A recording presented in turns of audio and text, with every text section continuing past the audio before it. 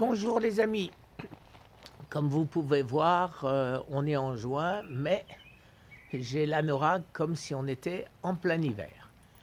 Alors, comme ça va chauffer dans ma tête, ça tombe pas plus mal que je sois dehors. Voilà, ça c'est la vidéo qui fâche. Qui fâche pourquoi? Parce que nos hôpitaux abrègent la vie des gens comme moi, des cancéreux. Et de tous les cancéreux, non pas seulement les cancéreux de stade 4. Je vous donne mon exemple personnel, simplement. Je me suis retrouvé 2 fois. Une fois, j'ai eu des calculs récemment qu'on a dû m'enlever. Et alors que j'étais presque déjà endormi, qu'est-ce que je vois? Je vois l'infirmière me suspendre un gros flacon, vous savez, je ne me rappelle plus comment ça s'appelle, un gros flacon de glucose, grand comme ça, marqué glucose en grand dessus. Et je lui dis, excusez-moi, vous savez ce que j'ai?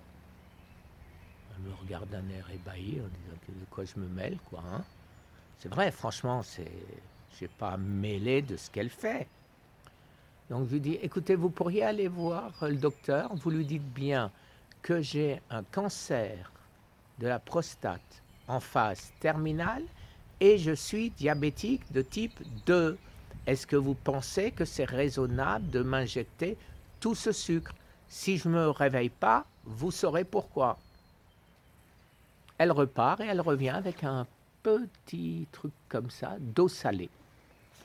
Elle me met le truc d'eau salée, je n'ose même pas la regarder. Elle me lance un regard, j'irais pas dire haineux, mais presque. Elle a dû se faire un peu tirer sur les oreilles. Mais quoi qu'il en soit, je n'ai pas eu mon glucose. Ouf! Je vais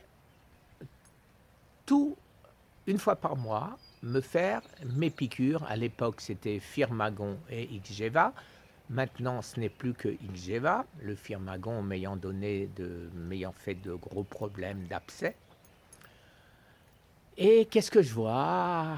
À nos clients cancéreux, donc allez, et je te donne des bagels, du sirop d'érable, je me rappelle plus comment ça s'appelle, le truc tout sucré, là, beurre de cacahuète, des yaourts aux fruits, 30 grammes de sucre, etc., etc., et la machine à café, et allons-y pour le cappuccino, pour le chocolat chaud, pour le chocolat froid, pour ci, pour ça, et en bas, ouf, heureusement, il y a quelque chose pour moi, du café noir. Voilà. Donc, tout ça, bien sûr, ce n'est pas une volonté délibérée des hôpitaux de nuire à leurs patients, mais c'est d'une incompétence rare. Et je pèse mes mots, c'est une incompétence rare. Qui, aujourd'hui, ne sait pas que la nourriture du cancer, c'est le sucre? Qui ne le sait pas? Il faut vraiment le faire. J'aborde à l'hôpital un des médecins qui s'occupe de faire les piqûres, tout. Et je lui dis, dites-moi, vous avez vu, ici je suis bien au centre anti-cancer et il n'y a que des cancéreux. Et il me dit, oui, pourquoi? Alors je lui dis, ben, vous avez vu ce que vous nous offrez? Elle dit, oui, et alors? Alors je lui dis, ben, c'est plein de sucre. Alors il me dit, ah ben je sais ce que vous allez me dire, mais il n'y a pas d'évidence que le cancer se nourrit de sucre. Il n'y a pas d'évidence. Alors bien sûr, je lui dis, comment est-ce que vous détectez avec un CT scan le cancer? Vous injectez bien à vos patients une solution de glucose radioactive. Il ne me répond pas et il est parti. Misty, ça suffit. J'ai peur. Elle est énorme, c'est un monstre. Je vais vous la montrer quand même, hein, maintenant qu'elle a aboyé. Viens, Misty.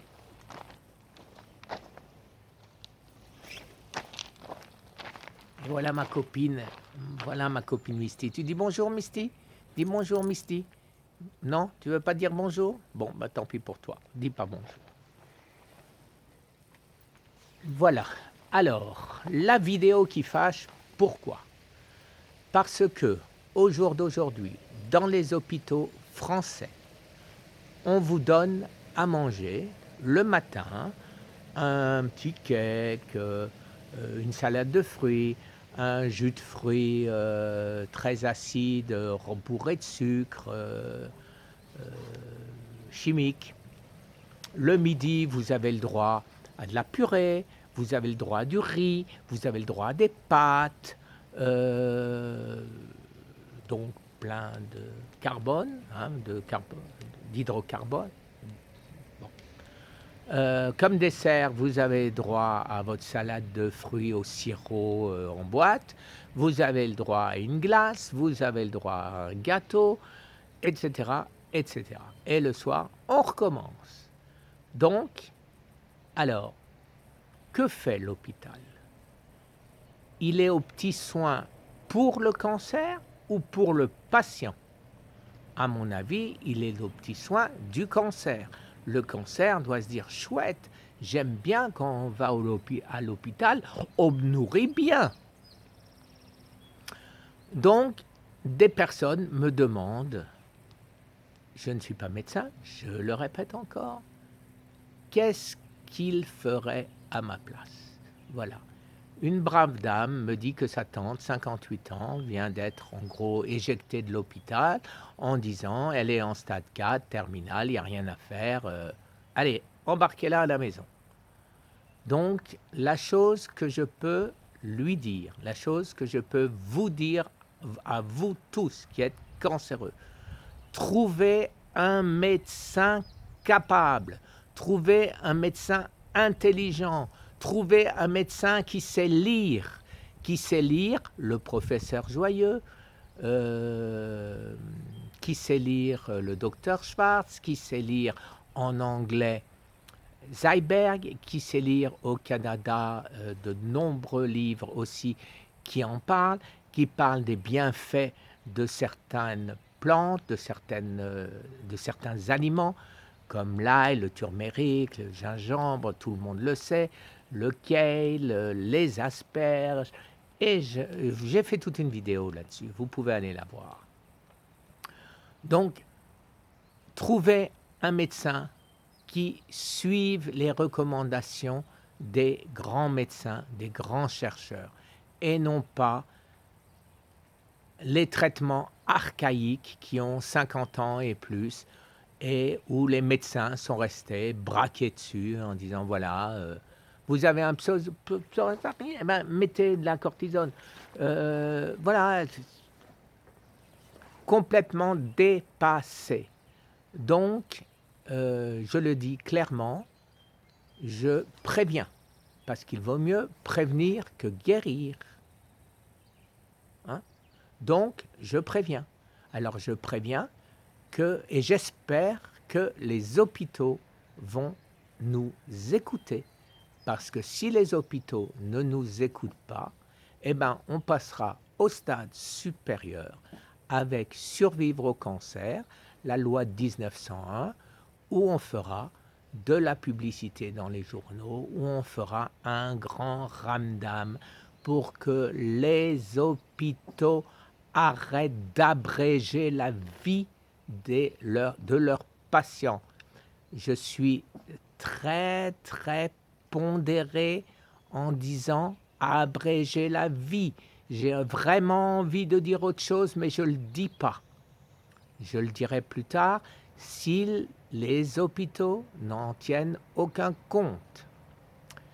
Voilà, madame, trouvez-vous un bon médecin.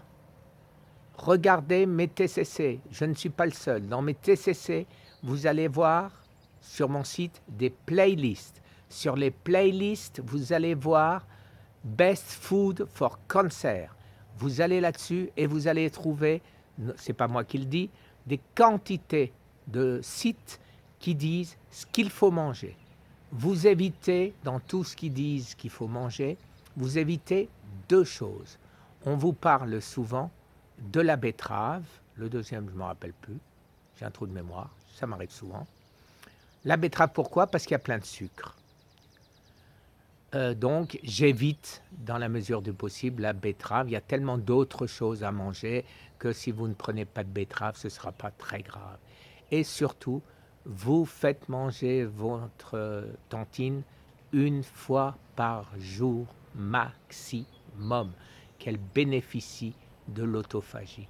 Et vous allez voir, ce sera un miracle. Elle va renaître, elle va se sentir mieux. Mais je répète encore, c'est pas moi qui le dis, c'est pas moi qui le dis, c'est le médecin que vous allez embaucher pour suivre tantine. Voilà ce petit coup de gueule qui finalement n'était pas trop coup de gueule, et j'espère qu'il ne le deviendra jamais parce que nos hôpitaux, aussi bien en France qu'aux États-Unis, en auront pris conscience et vont changer la nourriture, le poison qu'ils donnent tous les jours aux cancéreux. Un grand service que je vous demande, ceux qui connaissent bien l'espagnol, l'anglais, le chinois, l'arabe, l'allemand, toutes les langues possibles et imaginables, c'est le même problème dans tous les pays. 35 millions de personnes meurent chaque année des maladies métaboliques dues à la fermentation du sucre. Il n'y a pas que le cancer. S'il vous plaît, traduisez et abonnez-vous et faites suivre. Il faut qu'on soit fort, nombreux, de manière à ce qu'on nous écoute. Merci encore de votre aide. Au revoir.